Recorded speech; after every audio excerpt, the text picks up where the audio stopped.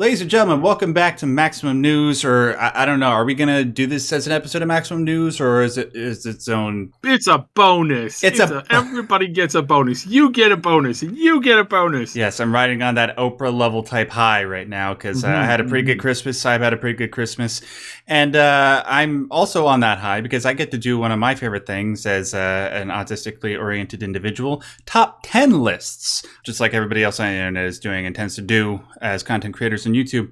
We are planning on doing two separate top 10 lists here on this channel. One is going to be the top 10 most anticipated games of 2024, as well as our respective top 10 lists of favorite games from 2023. I think we agree we're going to start with 2024, and then we're going to do a separate recording for 2023 after this.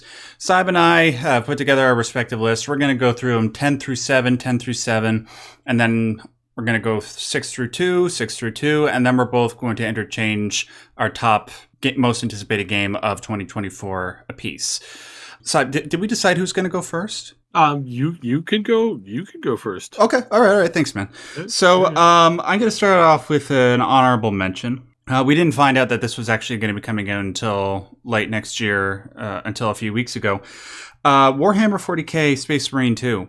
I started playing the original Space Marine a couple months ago when a friend of mine who's really into Warhammer recommended it to me. It's a pretty fun game, and that's saying something considering it's sort of like, I think, a decade old, and it sort of feels like a bit of a Gears of War clone, a little bit, but it's a lot of fun. It's a lot of just mindless fun, and it looks like Space Marine 2 is sort of following in that vein just by adding increased hordes on screen, just allowing you to mow them down, allowing you to live your fantasy as one of the most powerful beings in the entirety of the Warhammer 40k universe, from what I understand. They're not as powerful as Custodes, I think, if I recall correctly from our discussions, Thomas. Yeah, but it still looks like a lot of fun. All right, now on to my 10 through 7. Number 10, most anticipated game of 2024. Grand Blue Fantasy Relink. From what I understand, this game it's a part of a franchise that is huge on mobile, and this is their first foray into the console market. And it's well loved on mobile, and people seem to be really excited about it coming to console, and I can see why. It looks like a like whatever this franchise's take on the typical Tales of formula, and like, you know, the Tales of games, Tales of Berseria, Tales of Arise, sort of seems to be like that. I really enjoyed Tales of Arise. I'm sort of making my way backwards with that franchise with my wife at the moment. So if anything can give me more of that experience, and, you know, I can play with my wife in co-op, then that's awesome. So yeah, really looking forward to that. And I have less than a month to wait for that, I think, by the time this episode comes out. All right, number 9, Unicorn Overlord. So, but one of the most underrated game studios, probably the most underrated game studios in the business right now, is Vanillaware. They are responsible for absolute, just unmitigated gems of storytelling and gameplay. I think probably people tend to agree that their crowning achievement thus far is probably 13 Sentinels Aegis Rim. Really, really creative game with a really, really interesting sci-fi story. But they've also done games like Dragon's Crown, which is a lovely 2D side-scroller with beautiful art. Unicorn Overlord seems to be Vanillaware's return to that era of 1990s PS1 RPGs, but with their art style. And, you know, as somebody's recently been going through all the PS1 era Final Fantasy games, and yeah, I'm all about that. So yeah, and it looks great. So looking very much forward to Unicorn Overlord. Number 8, speaking of Final Fantasy VII, Final Fantasy VII Rebirth, baby. Yeah, so as I just said, I've been going through all the Final Fantasy games recently. I recently finished Remake, Final Fantasy VII Remake. Yeah, definitely my least favorite of all the Final Fantasy games that I've played so far. It's not a bad game at all. It's a very good game. But, oh god, I have so many problems with the way that they told the story and just messed certain things up, and they did other things well, but that's a whole other discussion. Anyways, I liked it enough that I'm excited to see where they take things in part 2. like how Zach is going to, get involved with everything. Seeing Red 13 storyline continued, Kite Seath brought into the foray. It's going to be awesome. And it's open world, so how about that? And number 7, Avowed. I'm pretty sure it's coming out in 2024. I think I double checked that. But obviously it's Obsidian, and it's their take on sort of the Elder Scrolls formula. So I'm all about that. Need I say more? So yeah, that's my 10 through 7. Syb, any thoughts? Yeah, so the Tales series, I gotta say that one of my favorite games of all time is Tales of Vesperia. Yeah. Because it was the first time that I saw a truly badass, don't F around and find out video game protagonist. Mm-hmm. It was something, having been around so many of the Saturday morning hero types where it's like, we can't be as bad as them, that would make us just as bad as them. Mm-hmm. We can't do this, we can't do that. And what it ended up doing is there's a series of those kinds of characters that really come out of the Tales of series. The Tales of Berseria, I think, is another good one, where it's like you've got some really badass characters doing things, doing hardcore things because somebody forced their hand, right? And it's like, yeah, so it's like I'm really excited for this series as a whole. Mooney played the crap out of the last one that they did, Arise. Yeah, and so I'm looking for, if they got more coming down the road map, I'm looking forward. Right, to but it. It's not Tales. It's Grand Blue Fantasy Relink. You know that, right? Oh, I'm an idiot. It's okay, man. you referenced it, and I thought I lost in track. I thought you were referencing one of the new games coming out. Nah, dog. It's like Tales. The Tales of like games. Tales. Yes. My point still stands. I like those kinds of hero type games, and I hope that they have, is what I should have said. I hope that they have something that's in that category of like storytelling, right? Sure. So I'll be interested to kind of keep my eye on that kind of thing. Yeah. I got all excited here. I'm like, there's a new Tales game coming out. I had no idea. Mm-hmm. Sorry, dog. Yeah, no, but well, it's gonna happen. Like Tales of Arise apparently did exceptionally well, and I think deservedly so. Apparently, it's very different from all the other Tales of games, according to my wife. But it's a newcomer. I thought it was a good game. So yeah. Anything else, or should we move on to your 10 through 7? No.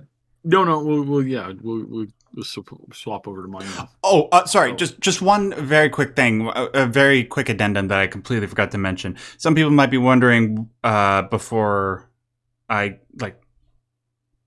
should just say this: Silent Hill 2, Judas, Death Stranding 2, and OD are not on this list because we don't know if they're coming out in 2024 or not. They might be highly unlikely that they'll be coming out 2024, as far as what I've heard. And it's always early for these kinds of things, so take that totally with a grain of salt. Right. But it's like, I think like 2023 was an amazing, crazy, insane year. Yeah.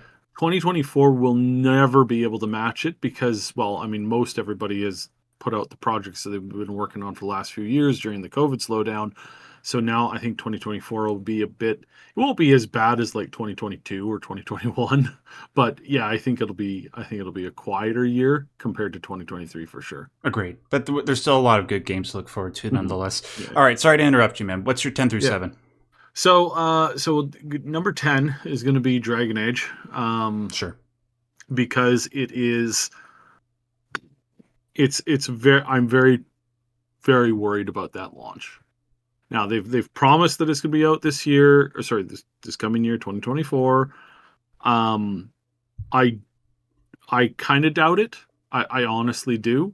I don't think they'll get it out this year, and I think we'll continue to see more and more layoffs at that studio. They're getting awfully close to being under a 400. Like I think it's like under a 200-man studio now. So it's like I don't know how they're going to be competing. And it's honestly just such an absolute, catastrophe what, EA has done to that studio, and all the shutdowns that they've had. So I'm really worried about it, because if it doesn't come out and absolutely smash, if it doesn't come out and absolutely smash, being EA's like number one or number two game for their entire year, They're I done. honestly think they're done. Yeah. I honestly think that, so they put them in this new building. The lease runs out at the end of 2024 / early 2025, as far as I understand. I could be wrong. That's secondhand information, so don't quote me. But if that's the case, that's it. BioWare is on the chopping block, because they didn't make and it's always been that way. And again, I'm so confused why EA buys studios just to shut them down. And we've gone into some crazy conspiracy theories as to why, but yeah, I'm very worried. It's not something that I'm looking forward to, in the sense of you're hoping that it's going to be good, but there's just a bit of something eating at the back of your head going, yeah, no, it's going to be terrible. Yeah. And we're going to see the end of an era with their closing. And I'm like, probably, yeah, sure. Yeah. Why not? Because that's the insanity and the stupidity that corporate gaming overlords have decided, that this is the way things must be. So stupid. Yeah. All right. What's your number 9? Number 9 is it's a genre. It's not a particular game, because there has been so many out just this year. I could spend probably like 5 minutes listing all of them. And that is the Vampire Survivor genre games. Right. So many of them came out, from the latest one being Death Must Die, and then there's a whole bunch of other ones that came out this year. A whole bunch, from the Save the Fans, the anime inspired one. There was another one that looks very, very much like Diablo 1. Then and again, it's just like a half a dozen, 2 dozen games. There was a tech, like a sci-fi one that was really, really good that I played. There were a whole bunch of indie versions of it, and this is a franchise and a genre that is going to the genre itself is spawning all these franchises coming out from it. Vampire Survivors is getting an anime and a whole bunch of new stuff. There is talk about us getting this type of genre in the next year. So this has been a phenomenal genre for this year, something that grew out of COVID and has become this really awesome, just beautiful thing that's really changing the landscape of gaming for the better. And I think that's great. So I'm just going to give that award to all of the games, because there's so many of them. Mm-hmm. And it is still a very niche game type, genre type, and it's still also very small. Nobody has come out with throwing out, like the graphics of what you said, right? Of Warhammer Space Marine 2, where like you just have thousands of enemies and you're just sitting there gunning. It's like, we haven't seen anything that high level as far as graphics wise with this type of game, but we'll see. I've got a couple rumors, but we'll talk about that at a later point. Okay. Yeah. Yeah, but there is, I haven't played those games, but I can easily understand why they'd be very addictive. And they're crazy addictive, especially when you enter like rare loot into the category. And because like before it was just items and abilities that you got on the run, but now the games are coming out with like actual like item loadouts, rare items, legendary items, that kind of stuff, and you're doing these farming runs. And you're not, you're sticking with it because you're farming for gear on top of like farming for the experience of the thing. So it's really awesome. My next one is going to be Frostpunk 2. And this is mostly for Mooney, because Mooney absolutely loves these games. She's been playing this one. She's been playing there's like 3 other ones that are similar to it, where it's the very easy to die in horribly city survival sims. And again, there were a whole bunch of them that came out this year. There was a real cool space one that she has been playing, where this very first ship with the first like light jump technology jumps into the future, or it's supposed to be jumping to another planet or like another solar system, but instead it stays in its current position and jumps like a certain, I don't want to do too many spoilers, but it jumps into the future, and things are like have gone, sideways very badly. And so that's kind of this, and it's very awesome. So all those kinds of survival sim games for like where you're actually controlling a population or a city. It's like that is so cool. Really like it. I really like it. We really like the series. We're excited to see what else is going to spawn from this. Nice. Yeah, I'm looking. I've heard the name Frostpunk, but I didn't know anything about it. But I'm looking Yeah, at it right now. It looks interesting. It looks yeah. like it sort of reminds me a little bit of This War of Mine Yeah, merged yeah. with I don't know, a city builder. But yeah, interesting. Sorry, go ahead. No, it's just it's again it's more so the genre than it is this particular title, but yeah, I think that Frostpunk is really growing in a new direction, and we like it was really good, and all of the games that came out this year, there were about three that she's been playing like crazy. I think Frostpunk came out the year before, and then Frostpunk 2 is coming out next year. But it's just again, it's the genre thing that's happening with this particular title. Mm-hmm. Having kind of, and I think Frostpunk kind of started it, even though I think it was Age of Reckoning also came out, where it's like, you build your city, you're trying to survive. Some of them are like straight combat, other ones are just trying to survive against the elements, and that's the cool part, is that the elemental surviving thing, where it's like, so you don't have to worry about people like showing up and attacking you. You just have to worry about the freezing cold that's trying to kill you, and then all of the political aims going on inside of the thing. It's like, you're a bad leader, we're gonna space you, that kind of stuff. And so again, that's kind of like the whole of the genre thing is really, really cool. Yeah. That was 10, 8, 9, 7. There we go. Yeah. Visions of Mana. Hmm. Is I that the one that was announced at the Game Awards? Yes, Yes, yes. that So looks good. I'm a huge Mana fan. When they did the remake for the last Mana game, which I can't remember the name of it off the top of my head, but I streamed it like crazy, and everybody really loved it. It was really great. I had so much fun with it. It was a pure remake. This one's a new title. So yeah, I'm really excited for this. I hope that we get just as awesome characters and everything that we can get.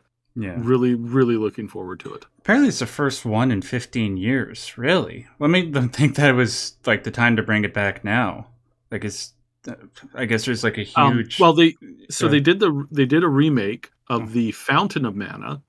Then they did the remake for I'm pretty sure it's the Tree of Mana. Okay. I might be wrong there. But that remake was a lot better than the first one. The first one was kind of like sort of like just a remaster, not a remake. This one, the Tree of Mana, was the actual like full on like 3D. You could now jump. You could now do all this cool stuff, and all the characters, everything. The story was just bang on. It was so good. Mm-hmm. So that just showed that there was a real interest and love for this franchise that has been sitting there, gathering dust because nobody's done anything with it for so long. And then suddenly people are playing it and they're sharing it with their kids, and they're loving it. So yes, this is I think similar to that.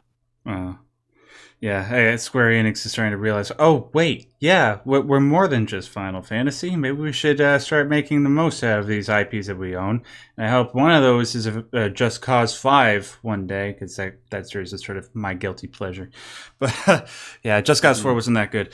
All right, so that's 10 through 7 for you. I'll do my 6 through 2 now. So my number 6 is Persona 3 Reload. I love Persona 5 to pieces. It's in my top 20 games of all time. Virtually never a dull moment playing that game for me. I love it to death. And I've only played the first 10 to 15 hours of Persona 4. I had to stop every time because just those games are so damn long. They're some of the longest games in the history of the medium, and I just don't have the time.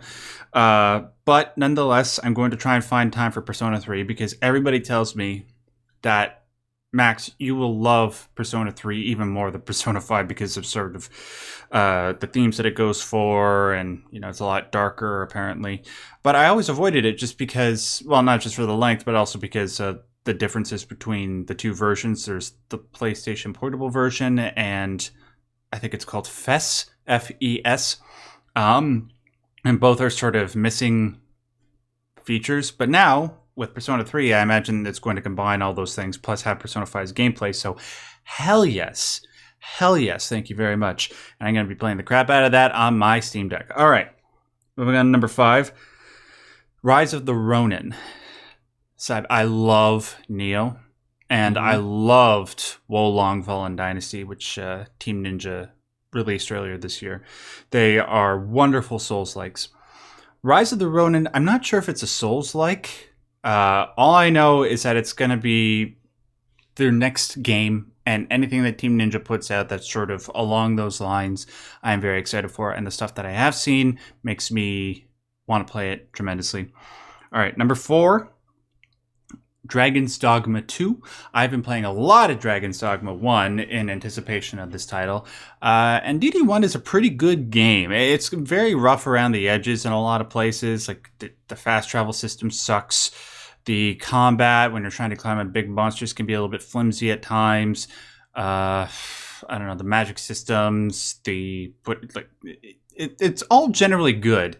But you could see that if they had a little bit more time to refine their storytelling and the gameplay, it could be like a true competitor for all other games that are sort of in the medieval fantasy type of genre. I'm hoping and I'm expecting that Dragon's Dogma 2 is going to do that. Everything that we've seen come out of that game looks like it is, and it's going to take it to even greater heights. So obviously I'm very excited for it. Number 3. Black Myth Wukong. We've been hearing a lot about this game for the past 3 years. Everything that I've seen come out of this game looks amazing. I love the Souls type genre, and it looks like this is going to be this new studio's foray into that. And they're using characters from the Chinese epic Journey to the West as a sort of backdrop for the whole thing, and it looks like they're nailing it both in terms of gameplay and in terms of visuals. Obviously it's being used, they're using Unreal Engine 5 for the graphics, so of course it's going to look good. So yep, I think that one's coming out in August, so 8 months to go, but that's okay. And then finally, number 2 is Little Nightmares 3. So ever since I played Limbo, I love these silent 2D side-scroller games where they tell these really deep stories with really interesting worlds with no dialogue whatsoever. Little Nightmares 1 and 2 did this wonderfully. I love the world of the Little Nightmares games. It's exceedingly creepy, exceedingly entertaining, and surprisingly deep in a lot of places if you're paying attention. So yeah, it was when it was announced. I can't remember what it was at. I think it might have been Summer Game Fest. It was my number 1 announcement for that event. So yeah, should tell you how excited I am for this. Putting it at number 2. All right, I'll get to my number 1 in a second. I think Saib already knows what it is. But anyways, what's your 6 through 2, man? Number 6 is a game that I have played somewhat often, but never actually had the time or the energy or the console in most cases to actually play through. But this one we're actually getting on PC, and I think it's launching to basically everything that it can. What's that? And that is Earth Defense Force.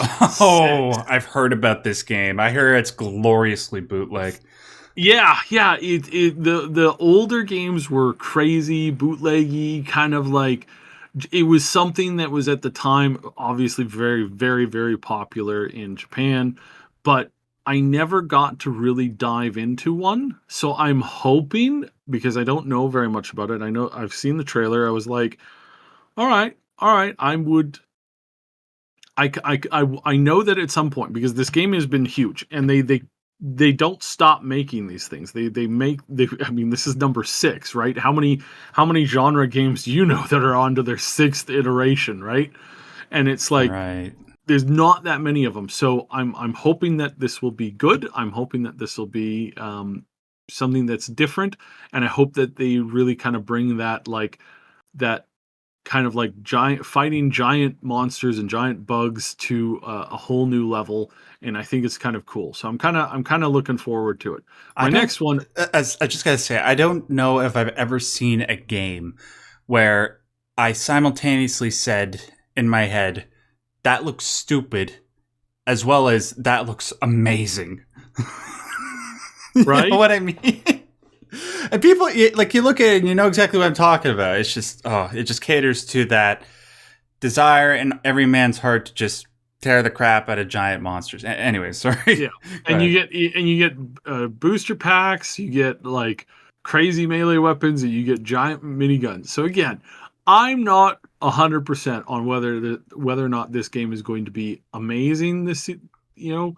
But it's still interesting. It's Yeah. still different, and it's the kind of mayhem, crazy, insane stuff that you don't always get. And so yeah, so it's on my list of things. Again, it's sort of like I, I'm gonna say wait and see approach Mm. kind of thing. Don't run out there and pre-order it. Just kind of like take a look at it and see where it's at when it comes out. It's definitely not standard. So Yeah, yeah, I'm looking at the announcement trailer right now. There's giant ants and dragons. yep. A whole bunch of robots. Oh, God. Okay. The hilarious thing is their trailers for this game are hilarious because they actually use like actors to like pose as like like there's some kind of like news force or like news thing. And Yeah. yeah, and, Looks and again, it's just the, ridiculous. the the insanity of it. And again, it's like I've seen these games for years, and I've always like kind of like I've enjoyed playing them while I can, but in most cases they were just not on the console that I was playing at the time. So kudos to that. I'd like to see more of this kind of stuff. Sweet. So yeah, I think number 5 was, but it came out later. My next one is one of yours, Warhammer Space Marine 2. Hmm. Did you play a Um, lot of the first one? did not actually. Did watch all the cinematics though. Okay. But again, it's like it's looking a little bit better. It's got that better feeling. The Warhammer universe wasn't as popular, back then. Like, I mean, it's always been popular, but it wasn't as prevalent in like people that I follow, people that follow me, and the conversations about it just have gone through the roof in the last few years. Yeah, it And looks like a lot of. Let's go ahead. and the thing that kind of adds to this and why it's really on this list is because yesterday heard the announcement come out from our Lord and Savior. He said that yes, Warhammer is a go. Wait, are you He talking is about now Henry? Henry Cavill. Okay, Yes, okay. I was like, who the yes. hell? Oh, Henry, okay. Henry Cavill confirmed that he is now. I believe he's finalized his writing room. So he now has writers. He has the funding lined up, and they're going to start coming out with shows. So it's not going to be soon. It's not going to be this year. It's not going to be next year. But we're going to see, I think, over the next few years, starting with this game. If this game is good, this is kind of like lighting the path a little bit. There was also an animated series that came out kind of recently that was like decent. I only watched the first couple of episodes, and then it kind of like came to an end, or at least I didn't see any more. So yeah, but yeah, just really excited. I think Warhammer's in a really great spot to really grow over the next little time, and I think in a few years, people are going to be talking about the next Warhammer movie. Not couple of years, like 5-6 years from now, I think people are going to be talking about the next Warhammer movie like they were talking about the next Heroes movie back at the peak of phase 1 of Marvel, Sure. right? Like that, like The the Infinity Civil Saga. War and that kind of stuff is like I think we're going to get to that back to that hype level as long as they can pull it off. But I think that it's got a bunch of great people at the head that have gone through the bad stuff of the industry. So, Yeah, the potential is definitely there. I completely agree oh with you. yeah, It could be the next big thing. It's just a matter of trying to nail that balance between Shakespearean drama with a very, very over-the-top, ridiculous action and power levels and stuff like that merged together. I think it can be done, and I think Henry understands. So hopefully Warhammer Space Marine 2 will sort of be the catalyst. Well, not the catalyst, but will continue the trend towards that in a positive way. Let's say that. Yeah. And then we've got Dragon's Dogma 2. Yes. Sorry. Homeworld 3. Homeworld 3. Oh. Got Homeworld 3.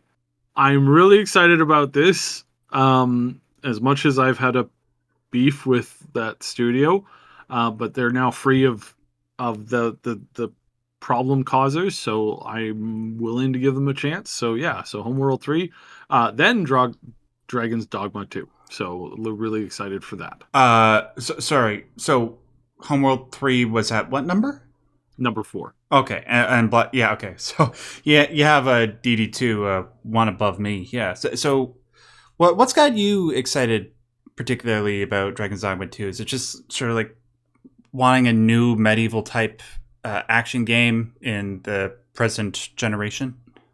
Well, it's a little bit of that. It's a little bit of the getting more of that kind of stuff out, so that it improves the genre overall. Yeah, I agree. Really kind of like, that's kind of how I see it, is like, I look at this stuff and I go, this genre needs improvement, right? And the best way to improve it is to have better competition. That's the way that you get the best stuff all the time. Yeah. Well, hopefully Dragon's Dogma 2 and Avowed can provide that, and then Bethesda will get up off their asses and give us Elder Scrolls 6 sooner rather than later. And yeah, a whole bunch of other games hopefully like that. And then what's your number 2? Number 2 is, this is going to be a surprise, and again, this is more for what it means for the future, but Star Wars Dark Forces Remastered. I was never... I never would. If you would ask me 10 years ago, do you think you're ever gonna see a remaster or like a revival to the Star Wars Dark Forces / Jedi Knight series?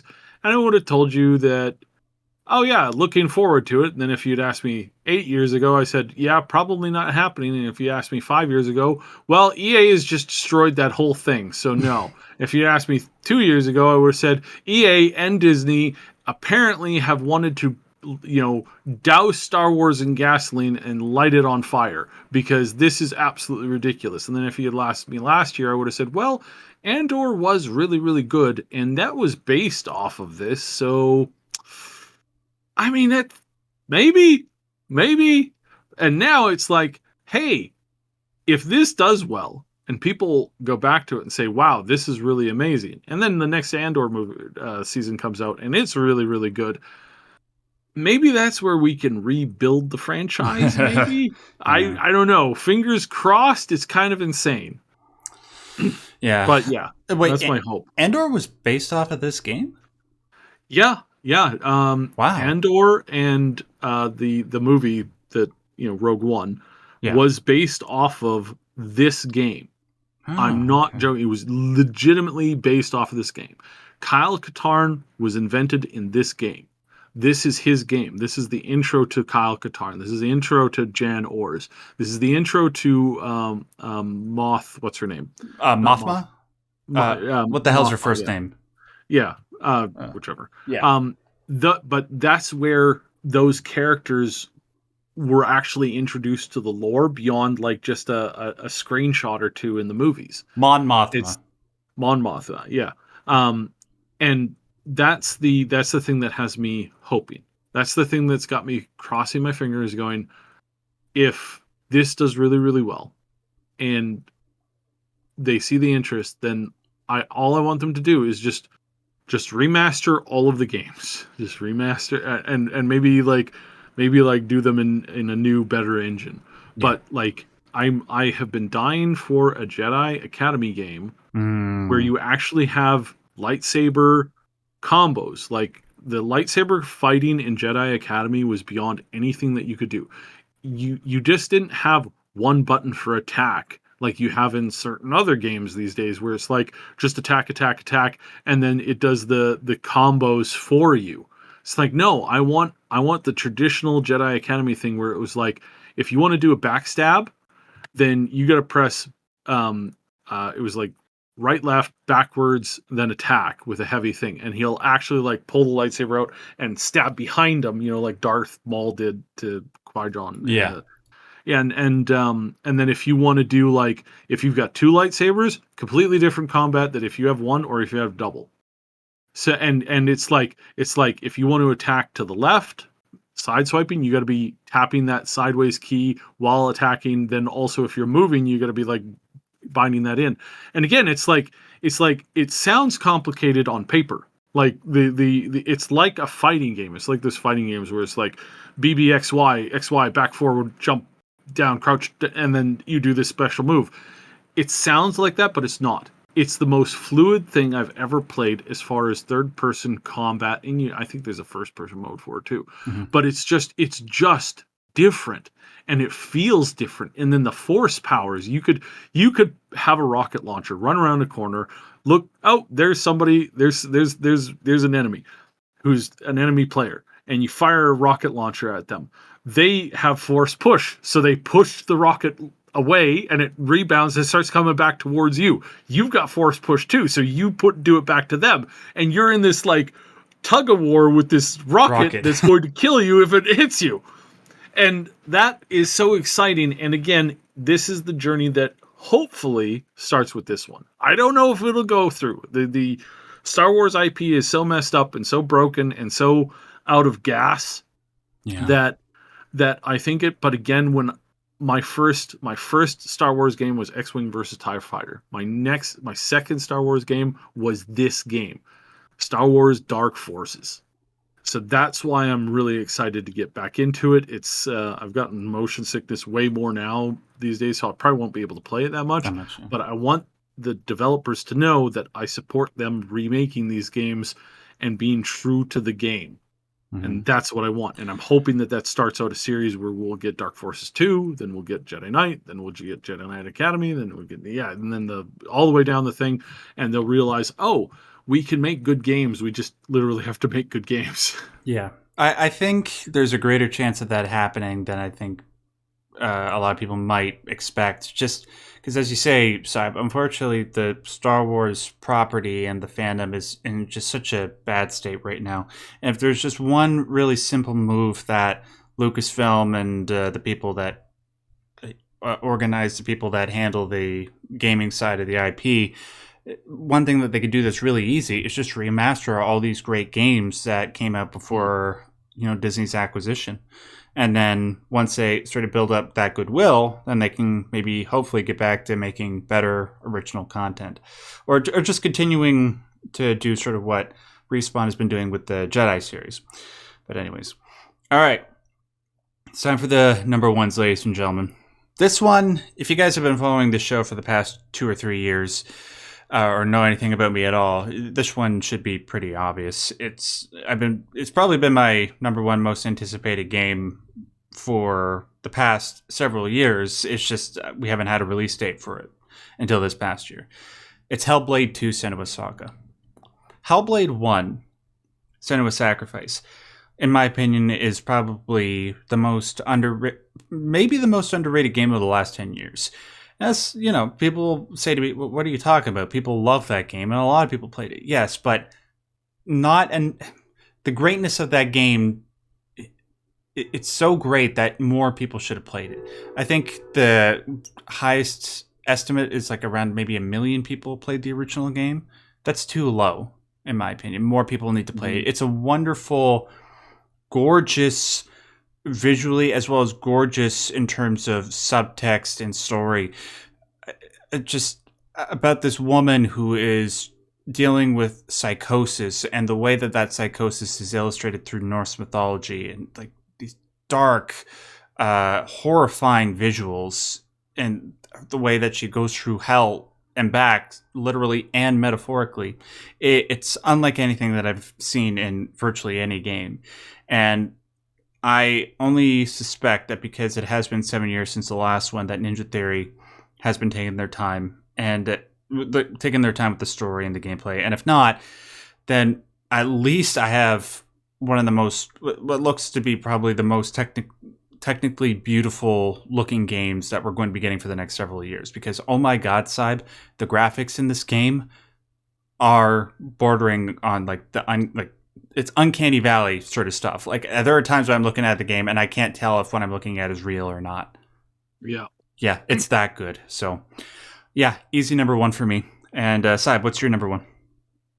So my number one is, and this is going to be a little silly, but it is, it's not a game, it's a person. Okay. And the person is Chris Metzen. Who's that? Chris Metzen is the guy who created StarCraft and Warcraft. What is it that he's a guy behind Stormcraft No, or whatever that? he's no. So there is a new RTS game that's coming out from people who basically were all of his trainees that all learned how to make RTS games from him directly. I see. They have a game coming out, and that's really cool. But it is we no longer have Bobby Kotick at the helm of Blizzard, Na, and na, we no na, longer na. have see you later piece of Garbage.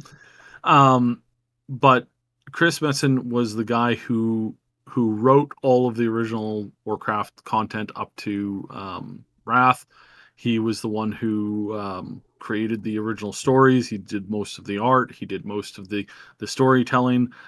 He's probably one of the most important people to gaming outside of like Chris Avalon or one or two other people I can think of off the top of my head. Um, and he is so important, and he was so important to the series that, and he had a lot of terrible things happen in his life. A couple people passed away, and he went down a dark road for a very long time. But he came back a little while ago, and at the Blizzard showcase just a couple months ago, he was back, and he is in control of the story, the narrative, and the direction of not just World of Warcraft, but also RTS Warcraft, Oh which is coming wow. back apparently. It's not going to be that Blizzard studio. I suspect strongly that they're going to give that IP over to the Microsoft studios that have been working on RTS games, and they're going to get them to work on it because that just makes the most sense. They're an active studio. They're ready. They're willing to go, and they're willing to work on this kind of stuff. They've been wanting to work on this stuff forever, and Microsoft has these studios just waiting in the wings. But he is still the person in charge of all the story writing going forward. So all of the main plot and that kind of stuff. So it's like, Sure. yes, this is good. This is good for the entire IP of Warcraft if they can finally move past the the downward slope they've been on since Wrath, almost with mild highs in like Legion, and then in just recently with Dragonflight. It's like if they can get past that and revitalize that IP, then we can see new stuff coming down the road. We can see new things coming down the road, and that's the hope that we'll have for the future. And again, I'm talking a lot about things that give me hope for the gaming industry, because last few years weren't positive. They were very, very, very poor on a whole scale, on the Every scale of conceivable way. every conceivable way.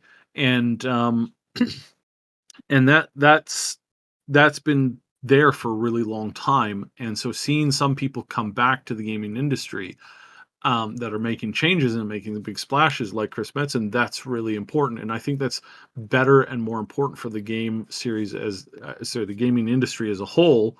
And I didn't want to, but I'll put it in here as a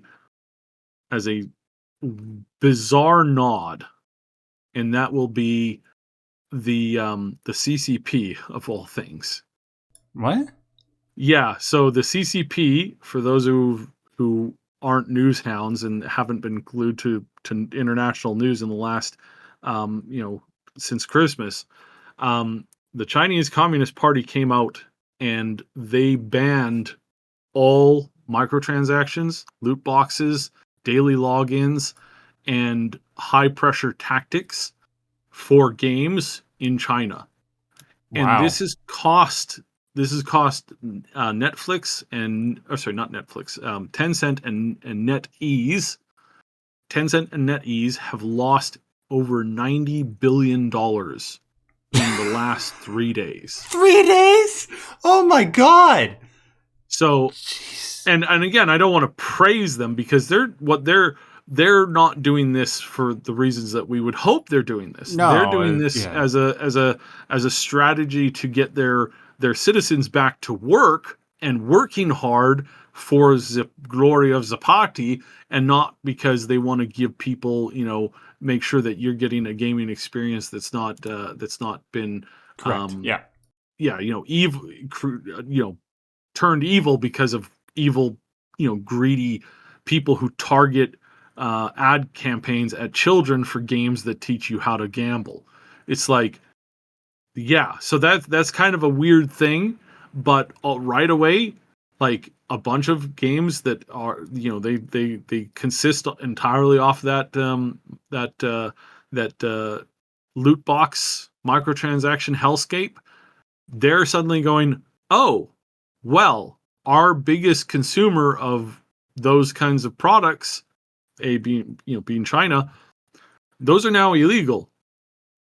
So we can't make those games anymore because we could sell them to the rest of the world, but that's like you're still cutting yourself in half. And some of these games have been really suffering over the last year. They've been just going down and tanking in popularity. So the need for them to change things so that there isn't a microtransaction, loot box hell is now going to look more and more obvious. So what that exactly means for the future, we don't know yet, and that's why it's not in the official top 10. But it's definitely something that has been amazing to see. And again, for all the companies that create games to market to children that teach you how to gamble, couldn't happen to a nicer group of Right. try not to swear. Yeah. Yes, I understand what you mean, though. Yeah, I totally see where you're coming from as in regards to Metzen coming back in. Even though I don't have, I mean, I loved my time with World of Warcraft back in the day, but obviously my attachment to the game is nowhere near to what your experience has been with the game. And to have somebody as integral to the identity of that game, but not only that game, but Diablo and StarCraft as well, coming back in and trying to steer it in the right direction, I can't imagine how exciting it would be for you. So yeah, very, very, very worthy choice for your number one. Just one thing though before we wrap up. What about Hellblade 2? Like, what are your thoughts on that? Your excitement level? I knew you I knew you were going to put it on your list, so Yeah. that's why I didn't put it on mine. Oh, I am very excited for it, obviously, but I didn't want us to repeat the same things over and over and over again. it's your top 10. You know. Well, I never actually played that much of Hellblade 1. Okay. Ash did, and he loved it, and he found it very inspiring. So for that reason, I think of it as a very good game, because it's not just about me, it's about what kind of games that my friends and my family are enjoying and which ones mean the most to them. So that's why I mentioned Frostpunk, and in this case, like, obviously I think it is going to be a high ranking game. I think it is going to be a very good game. But just the way that I never wanted to get into it too much because it's a little too close to reality for me, if Mm, that makes sense, with the way that, dealing with issues and mental stuff. It's like that is real close to the heart, and I don't engage in media that's close yeah, like that, yeah. because I know that it'll affect me quite significantly. And so I tend to save those things for particular moments in life, and so they are few and far between. It's like I encourage people to check this stuff out because it's really, really important. I think one of the best animes ever made is Your Lies in April. But for the love of God, if you struggle with depression, do not ever watch that show. Do not ever get close to that show. If you struggle with abuse or anything like that, don't watch that show. It is not going to be healthy for you. It is going to be a very, very, very painful experience. But yeah, it doesn't mean that it's not good, and that's kind of where I see it with there. So it's I'm going to cheer for it. I'm going to trumpet. I'm definitely going to get people to play it. We're definitely going to make content for it on the channel here. But will I specifically play it? I'm not sure right now because I couldn't play the first one all the way through. I could only go, wow, this is really good, and this is really close to the chest. So I'm just gonna stop playing this right now. So yeah, that's kind of an odd. I'm sure some people will go, that doesn't make any sense, and No, I it makes understand sense. that. I get it. It's been there before. I've tried to explain this to some people in the past. It's not that I don't like it. It's just that it's a little too real for me, and Sure. because it's harder. It's hard to do, right? Yeah, no, it makes If you total sense. really love dogs, if you really love dogs, watching John Wick is not going to make you happy. Or it will, but in a very perverse way, like seeing people Yeah. get their just desserts for killing that damn dog. I mean, come on. Yeah. Well, it's 10-year-old like film. Lassie. It's like any of those kinds Old of shows. Yeller. Yeah, Old Yeller. If you love cute, adorable, affectionate spiders, don't watch Charlotte's Web. It's just not going to do. It's just not going to do good for you. I mean, are there adorable, affectionate spiders outside of Charlotte's Web? I don't know. I don't know of any. Yeah. I mean, there might be. Yeah, but that's the difficulty. That's the uphill trek, right? Right. So, anyways, ladies and gentlemen, those are our top 10 most anticipated games for 2024. Obviously, things might change once announcements get made.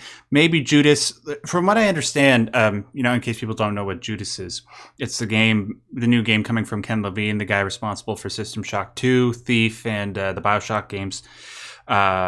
It's at the latest coming out March 2025. I think that's the latest it's allowed to come out. So it might still come out before the end of the year. And then if it does, then it would easily be a number 2 or 3 spot for me because I love Ken Levine's games. And then, but yeah, and Silent Hill 2, it better come out in 2024. I swear to God, if it doesn't, I'm going to go nuclear on Konami. But anyways, I don't want to end this on a bad note. But yeah, those are our lists. Do you agree with our lists? Would you sort of switch the order around? Are there games that we missed? We'd love to hear what your thoughts are in the comment section below. We'd love to see your lists as well if you want to leave those down below. All right, Saib, did you have anything that you wanted to plug before we finish? No, just stay tuned. We're going to be covering new and interesting things, and 2024 is going to be a very interesting year. Yeah. So please join us and hang on tight because it's going to be a wild ride. Yeah, it's going to be a very interesting year for me as well on my personal channel, which you guys can go check out if you want. I'll leave a link to that in the description box below. Until we do our next video, I want to remind you guys, as always and as per usual, stay yellow.